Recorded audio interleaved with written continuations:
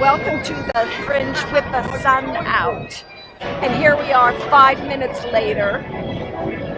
Edinburgh weather, it literally can change like that. So when you come, because you need to come, always have a raincoat, an umbrella, something, because you just don't know what you're going to get. Welcome to Wandering with Rick and Rachel.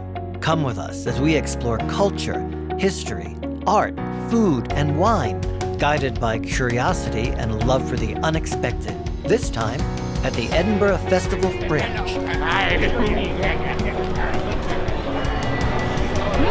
Potatoes! We're Rick and Rachel, a director and an actor who've spent our lives telling stories on stage. Now we're chasing new ones out in the world, one unscripted moment at a time. Travel with us as we wander and rediscover that often the journey is the destination.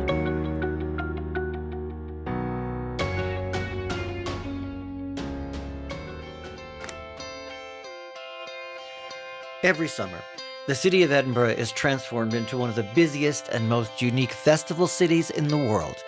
These festivals include the prestigious Edinburgh International Festival with world-class music, dance, and theatre, the Edinburgh International Book Festival, Art Festival, Royal Edinburgh Military Tattoo, the International Film Festival, International Science Festival, and the Jazz and Blues Festival.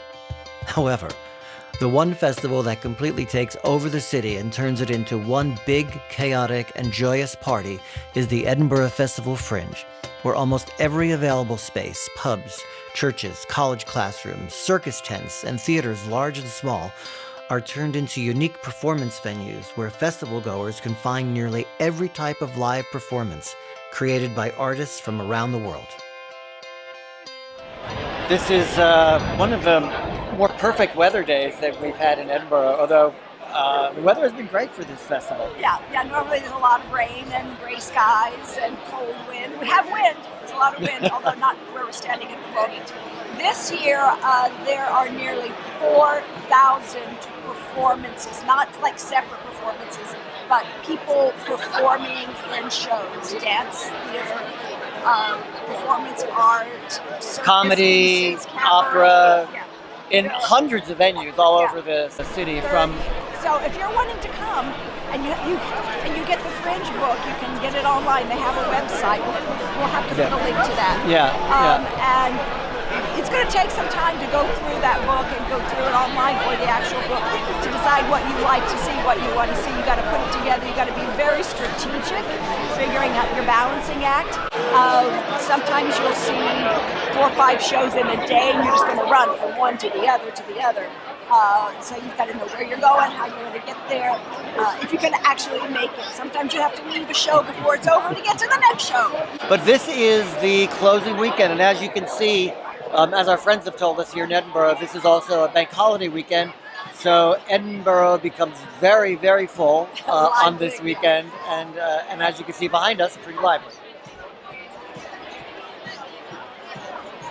So this particular venue, Paradise, number 152, actually holds some great memories, because here is where the show that I brought to the Fringe to first learn about it, Albatross, with my really good friend Ben Evett, and Matt Spangler, was in this venue.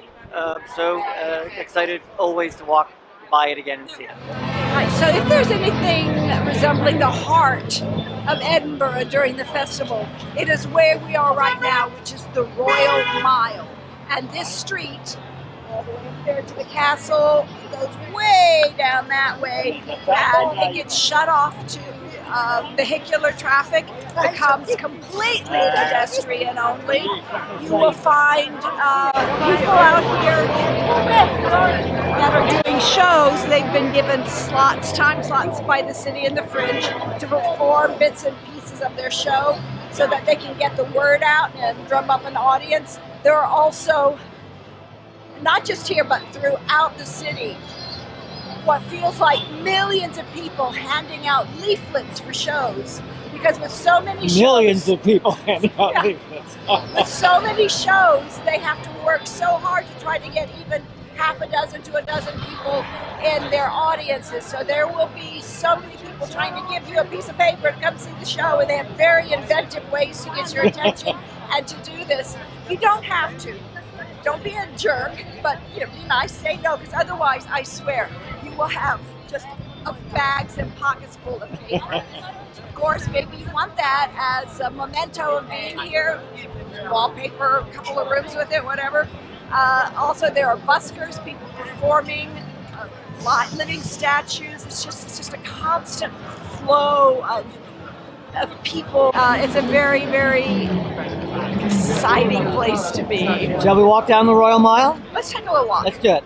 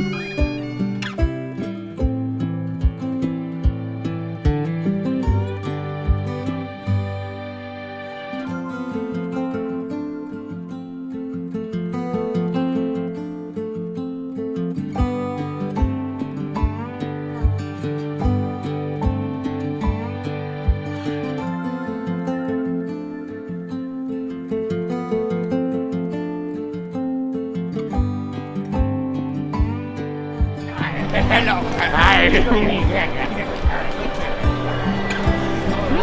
Potatoes! So hot.